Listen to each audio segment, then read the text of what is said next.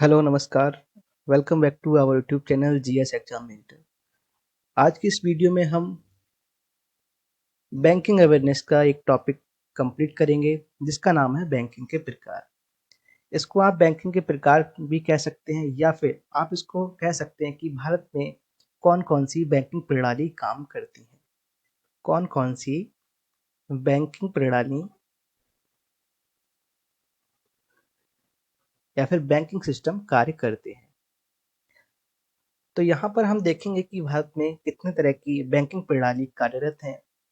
पहला हो जाता है पैरा बैंकिंग, दूसरा narrow banking, third offshore banking, fourth green banking, fifth retail banking, number 6 wholesale banking, number 7 universal banking और number 8 Islamic banking और number 10 merchant banking.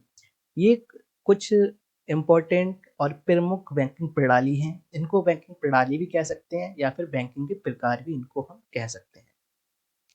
अब सबसे पहला यहाँ पर है पैरा बैंकिंग। अब पैरा बैंकिंग का मतलब क्या होता है?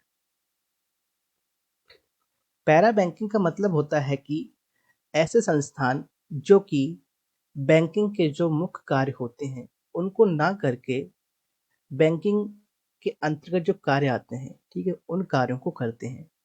अब यहाँ पर कैसे हो, कौन कौन से इंस्टीट्यूट हो सकते हैं?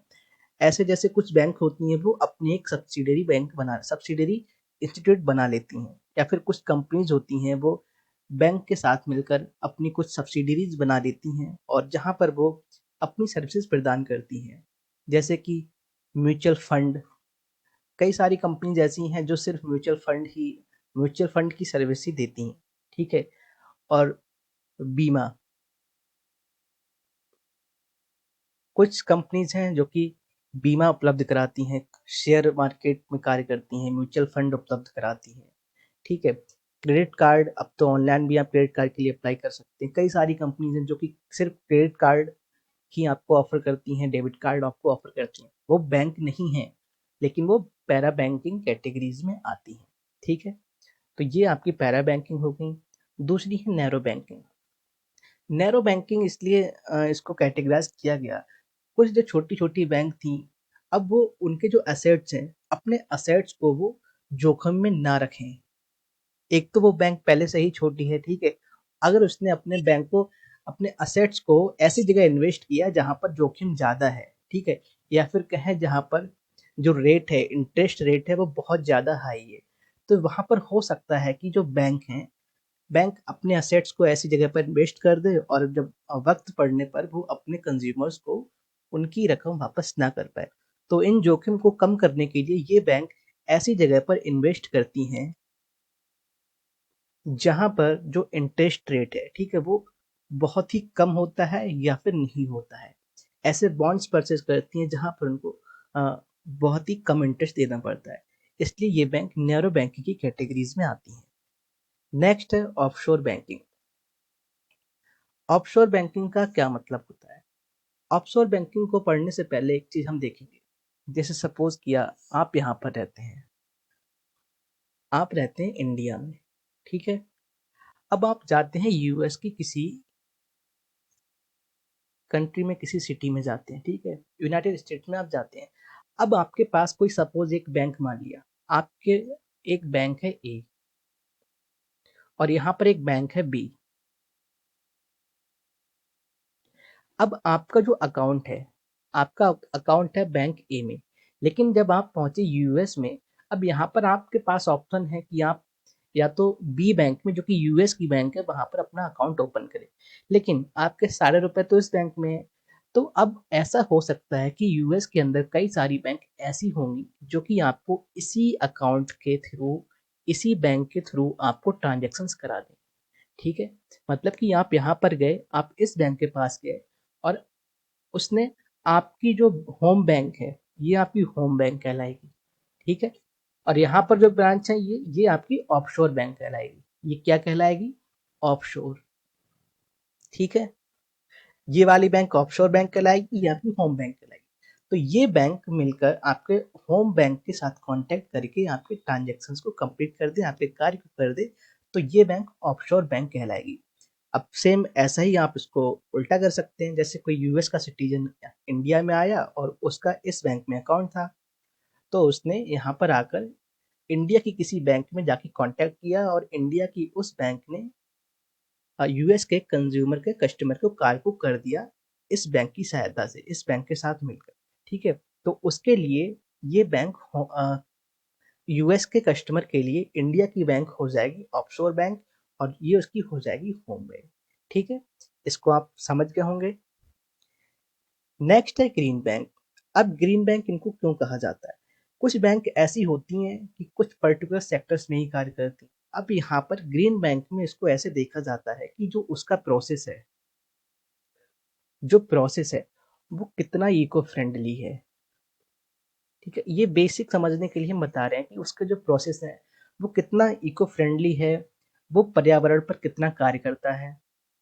ठीक है, पर्यावरण के जो हित हैं उनका कितना ध्यान रखता है, उन पे क्या क्या कार्य करता है। ठीक है, अब यहाँ पर सपोज कीजिए कई सारे यहाँ पर कंपनीज आएंगी ग्रीन बैंक के पास कि आप हमें लोन दे दीजिए, लेकिन ग्रीन बैंक ऐसे इंस्टीट्यूट को ही लोन देती हैं, ऐसी कंपनीज को लोन देती हैं जो कि पर्यावरण के हित के लिए कार्य करती हैं। या तो पर्यावरण के हित के लिए कार्य करती हैं, या फिर जो पर्यावरण के हित के लिए जो मानक तैयार की जाते हैं वो उनको फॉलो करती हैं। तो हम इनको कह सकते हैं जो कि जो बैंक पर्यावरण हितों के लिए कार्य करती हैं, पर्यावरण हितों के लिए कार्य करने वाली संस्थाओं के लिए अपनी सर्विसेज प्रदान करती हैं, उनको हम ग्रीन बैंक कहते हैं। Next retail bank. Retail bank इसको हम सिंपल सा हम कह सकते हैं जैसे कि पर्सन,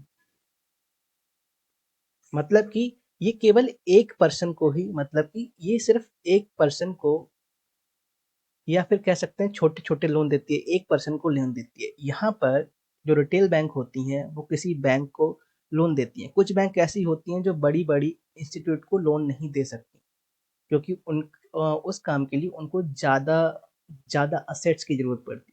तो रिटेल बैंक ऐसी होती हैं जो कि पर्सन्स के लिए, जो कि आम इंसान के लिए, ठीक है, पर्सन टू पर्सन यहाँ पर कार्य करती हैं। जैसे कि आपकी जो बैंक होती हैं, छोटी बैंक होती हैं, उसने आपको क्रेडिट कार्ड दे दिया, डेबिट कार्ड दे दिया, चेक बुक दे दी, आपके सारे काम कर दिए, लेकिन वो बैंक किसी बड़ी इंस्टीट्यूट को या फिर दूसरी बैंक को लोन नहीं दे सकती। ऐसी बैंक रिटेल बैंक की कैटेगरी में आती है। अब आता है होलसेल बैंक। ये होलसेल बैंक रिटेल बैंक के जस्ट अपोजिट होता है। ठीक है, इसके जस्ट अपोजिट होता है। होलसेल बैंक क्या करती है, ये अ, जो पर्सन्स होते हैं, ठीक है, जो लोग होते हैं, मतलब कि आम लोगों को ये अपनी सर्विस नहीं देती है। ये किनको सर्विस देती हैं? जो कि बड़ी संस्थाएं हैं, बड़ी संस्थाएं हैं उनको ये बैंक सर्विसेज देती है। अब बड़ी बड़ी कंपनीज हैं, ठीक है, उनको बहुत ज़्यादा असेट चाहिए होता है। तो यहाँ पर ये बैंक क्या करती हैं, बड़ी बड़ी जो संस्थाएं होती हैं, इंस्टीट्यूट होते हैं, या फिर दूसरी बैंक को लोन दे सकती हैं। ठीक है, तो इनका कार्य क्या होता है, ये कुछ इनके कार्य कुछ ज़्यादा ही बड़े होते हैं, इसलिए इसको होलसेल बैंक कहा जाता है। सिंपल सी बात है, होलसेल और रिटेल। होलसेल में क्या करती हैं, बड़े बड़े काम होते हैं, ठीक है, बड़ी बड़ी ट्रांजेक्शन यहाँ पर होते हैं, और ये संस्थाओं की बात हो रही है यहाँ पर, पर्टिकुलर इंस्टीट्यूट्स की बात हो रही है। ये इंसान, आम इंसान की यहाँ पर बात नहीं होती है। ये बैंक, जो बैंक लोन देता है दूसरी बैंकों को, बड़ी बड़ी संस्थाओं को लोन देते हैं। नेक्स्ट आता है यूनिवर्सल बैंक। यूनिवर्सल बैंक प्रणाली क्या होती है? कुछ बैंक ऐसी होती हैं जो बहुत ही लिमिटेड कार्य करती हैं, लेकिन कुछ बैंक ऐसी होती हैं जो कि बैंकिंग के सारे कार्य को करती हैं। जैसे कि आपका जो सिंपल बैंक अकाउंट होता है, ठीक है, वो प्रोसेस करती हैं, उनके साथ साथ म्यूचुअल फंड भी देती हैं, म्यूचुअल फंड के अकाउंट ओपनिंग करती हैं, वो प्रोसेस करती हैं। स्टॉक की बात यहाँ पर करती हैं, ठीक है, स्टॉक की सर्विसेज देती हैं, म्यूचुअल फंड की सर्विसेज देती हैं, और जो बीमा होता है, इंश्योरेंस होता है, ठीक है, वो सर्विस यहाँ पर आपको प्रदान करती है। तो इस तरह से जो बैंकिंग सेक्टर में फाइनेंशियल बैंकिंग की जितनी सारी बैंक सुविधाएं दे सकती है, वो अगर सारी सुविधा देती हैं तो उसको हम यूनिवर्सल बैंकिंग की कैटेगरी में रखते हैं। नेक्स्ट है इस्लामिक बैंक। इस्लामिक बैंकिंग इनको इसलिए कहा जाता है क्योंकि जो इस्लाम, जो शरिया नियम कानून है, उनके आधार पर ये काम करती है। अब शरिया के अनुसार जो ऋण होता है, ठीक है, जिसको हम ऐसे कह सकते हैं कि यहाँ पर जो ब्याज होता है, ब्याज की यहाँ पर मनाही है। शरिया कानून की हम माने तो वहाँ पर ब्याज आप नहीं ले सकते। अगर आपने किसी को रुपए दिए हैं, ठीक है, अगर किसी को आपने कोई रकम दी है तो आप उस पर ब्याज नहीं ले सकते। तो ये बैंक इस तरह के कानून को फॉलो करती है। अब जो ये धन दिया जाता है उनको, उसको भी हम देख लेते हैं, जिसको हम रीवा कहते हैं। ठीक है, इसको हम रीवा कहते हैं। सिंपल सी बात है, यहाँ पर मेन इसका जो मोटो होता है, जो प्रिंसिपल होता है, वहां पर ब्याज नहीं होता है। नेक्स्ट है मर्चेंट बैंक। अब मर्चेंट बैंक क्या होती है? मर्चेंट बैंक ऐसी बैंक होती हैं जो किसी, कोई बिजनेस है, कोई इंस्टीट्यूट है, ठीक है, उनको कंसल्टेंसी प्रदान करती हैं।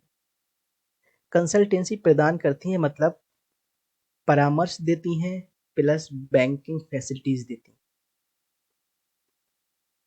ठीक है, बैंकिंग सर्विसेज देती हैं। कैसे समझेंगे? जैसे आप एक बैंक के पास गए, उसने आपको क्या किया, आपको लोन दे दिया। सपोज करो आप एक कंपनी, आप, ठीक है, आप एक कंपनी रन करते हैं। अब आप किसी बैंक के पास गए, उसने आपको लोन दे दिया, ये तो सिंपल बात हो गई। लेकिन मर्चेंट बैंक क्या करती हैं?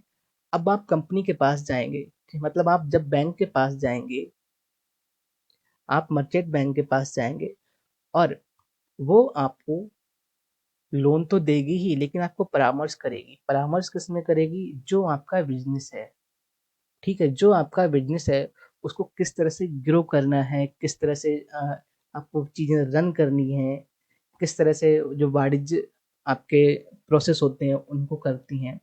वो सारी चीज़ें, प्रबंधन का भी काम इसमें आ जाता है, मैनेजमेंट का काम इनमें आ जाता है। तो वो मर्चेंट बैंकिंग कहलाती है।